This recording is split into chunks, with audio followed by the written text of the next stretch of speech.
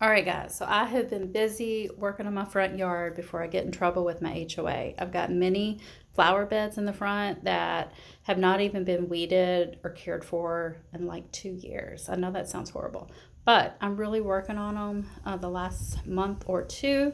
And now today we're going to work on this bed, which I call just a side bed on the left of my driveway. There's a lot that needs to happen, including pruning this red twig dogwood. Now, I did prune it last fall, and I had some cuttings that actually rooted, but it's time to do it again. And I actually have more cuttings that have done the rooting because the stem was touching the ground. So I will save some of these, and I will repurpose them in the front yard in a different video.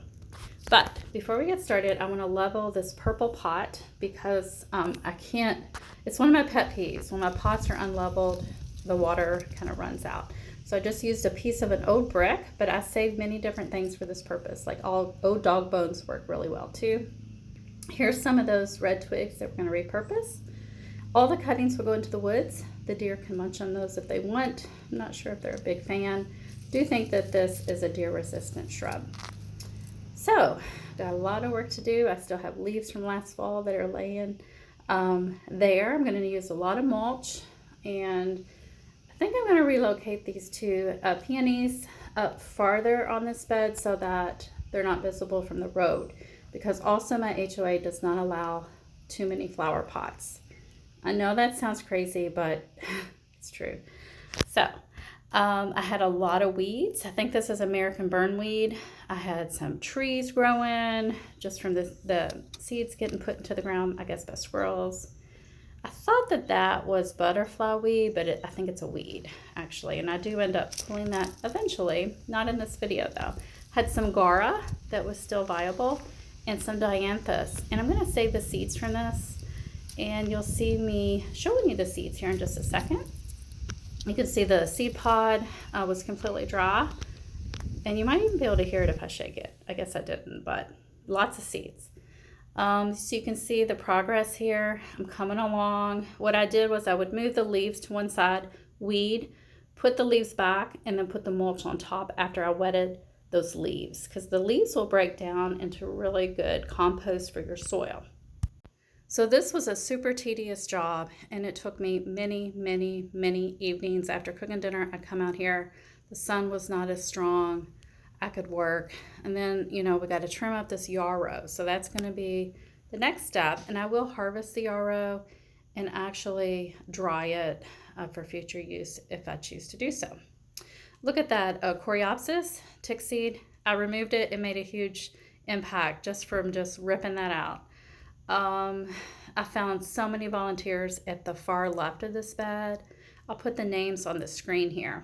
So one benefit of letting your flower beds go for a bit is you do get a lot of volunteers, but then you also have a lot of weeds. So that is a major problem.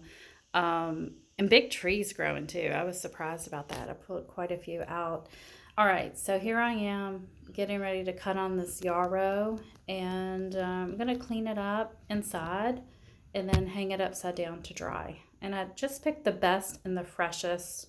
And then here's a picture of it drying in my house. I just hang it upside down for my chandelier in the kitchen, not in direct light. They're coming along nicely. I worked on this corner last night, but I think it's crooked. I may have to adjust my angle. I did throw some California poppy seeds down in there, left the feverfew, and put some dianthus cuttings that I accidentally broke off from that guy. And I don't know, they don't really have roots, so it's unlikely they'll make it, but we can try. And so I'm just going to work my way up, and I think I'm just going to start weeding here real quick and then work my way back down. All right, so this space is now open. Before there was so much shade from the red twig dogwood, but now these guys will actually get sun. And there was actually a volunteer lemon bergamot trying to grow in the shade, but now he will straighten up hopefully and grow nice and strong. I have an obedient plant right here that I got at the plant sale. And there must have been some volunteer coneflowers in that pot that I received, because there's like 3 different coneflower seedlings. So I'm just going to leave them there. And actually, I've got some on the other side I'll show you. The opposite side of the red twig dogwood.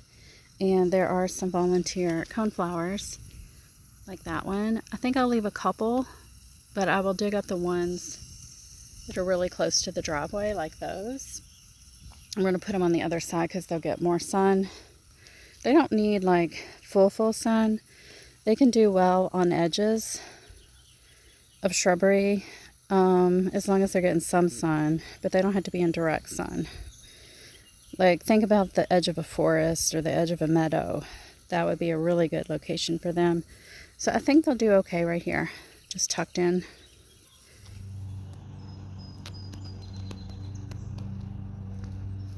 I plan to trim the spirea very soon. These are kind of hanging over too far. Probably not today, probably not this video, but I will. I'm gonna go in and take a short break because it's so humid out here, but I am gonna relocate some coneflower, kind of like in this area here. And I'm not sure what we'll put here yet. That'll be some new planting space.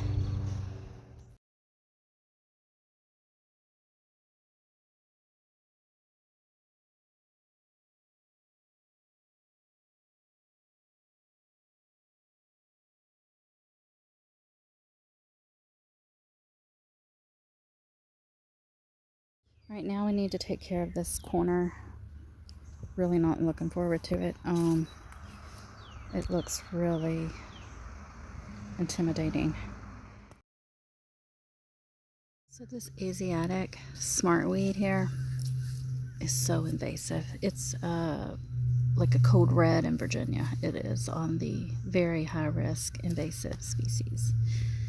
I hate it.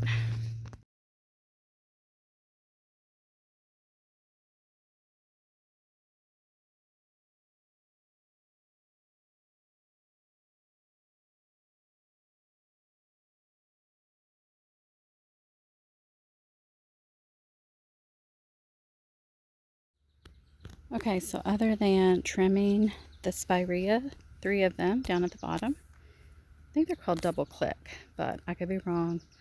Double something. I think this side is about done, and we have so much more planting space.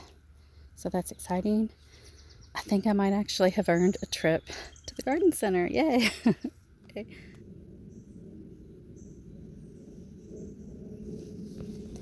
All right. This is where we are now. I relocated those 3 planters so that they're not in the very front, because I get in trouble with my HOA for having too many flower pots.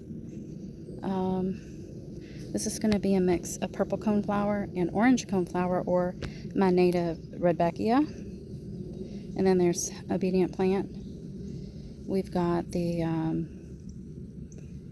spirea that I'll trim back, midnight marvel, hardy hibiscus.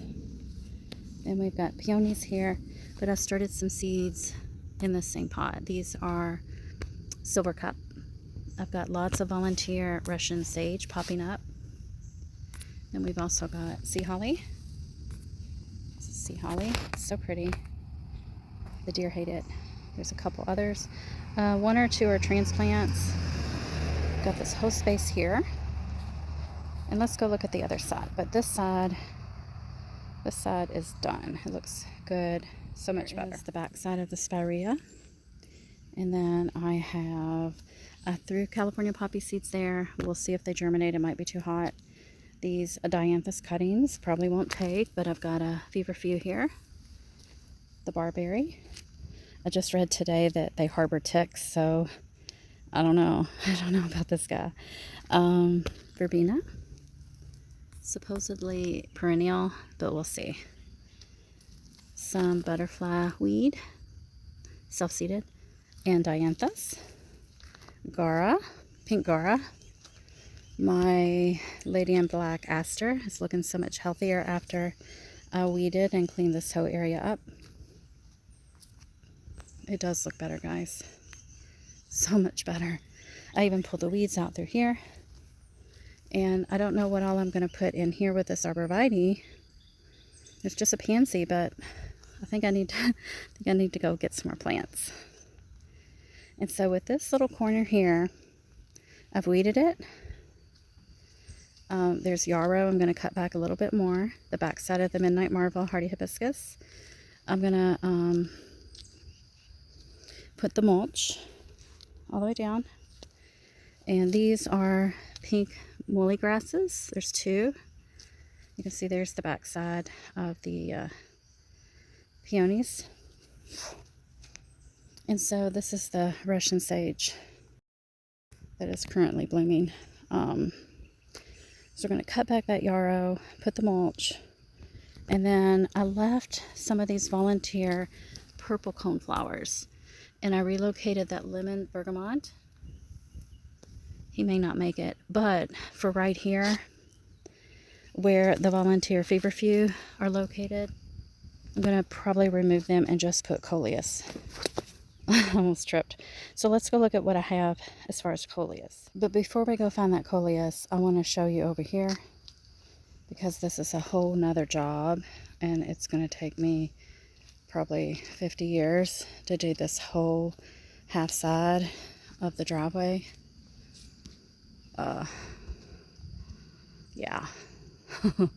But there's a lot of volunteer plants that are outside of my edging, like this coneflower. So I'm actually going to dig that up and try to get it to take over here with these other ones. So I'm going to do that, but first we're going to go get the coleus. This is a front walkway bed by my walkway at the front of the house. And in this bed are millions of weeds, but also tons of volunteer coleus. So we're going to dig up, I don't know, maybe like 8, 10. They're getting way too much sun here, so they will do much better in the shade of that red twig dogwood. So I got him relocated. There was some root still attached, but it was a rough transfer. So I kind of have it here towards the shade, like tucked under this red twig, and it's actually being supported a little bit by the branches. Hopefully it will do okay. But there were 4 babies growing off of that root, so I'm not sure where I'll put them. You can see the roots. I think they'll do fine.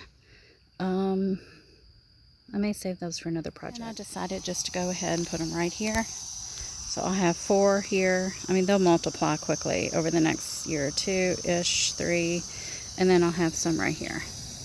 And then on the other side there, we also have the coneflower as well. And I'm sure I'll have more volunteers because I have a lot of it. The sky is absolutely stunning. It's cotton candy pink and blue, and it's almost dark. But all I have to do, last bag of mulch, I need more mulch. A little bit of mulch there. And then there's the coleus. And I need some mulch around the coleus. And I am done, guys.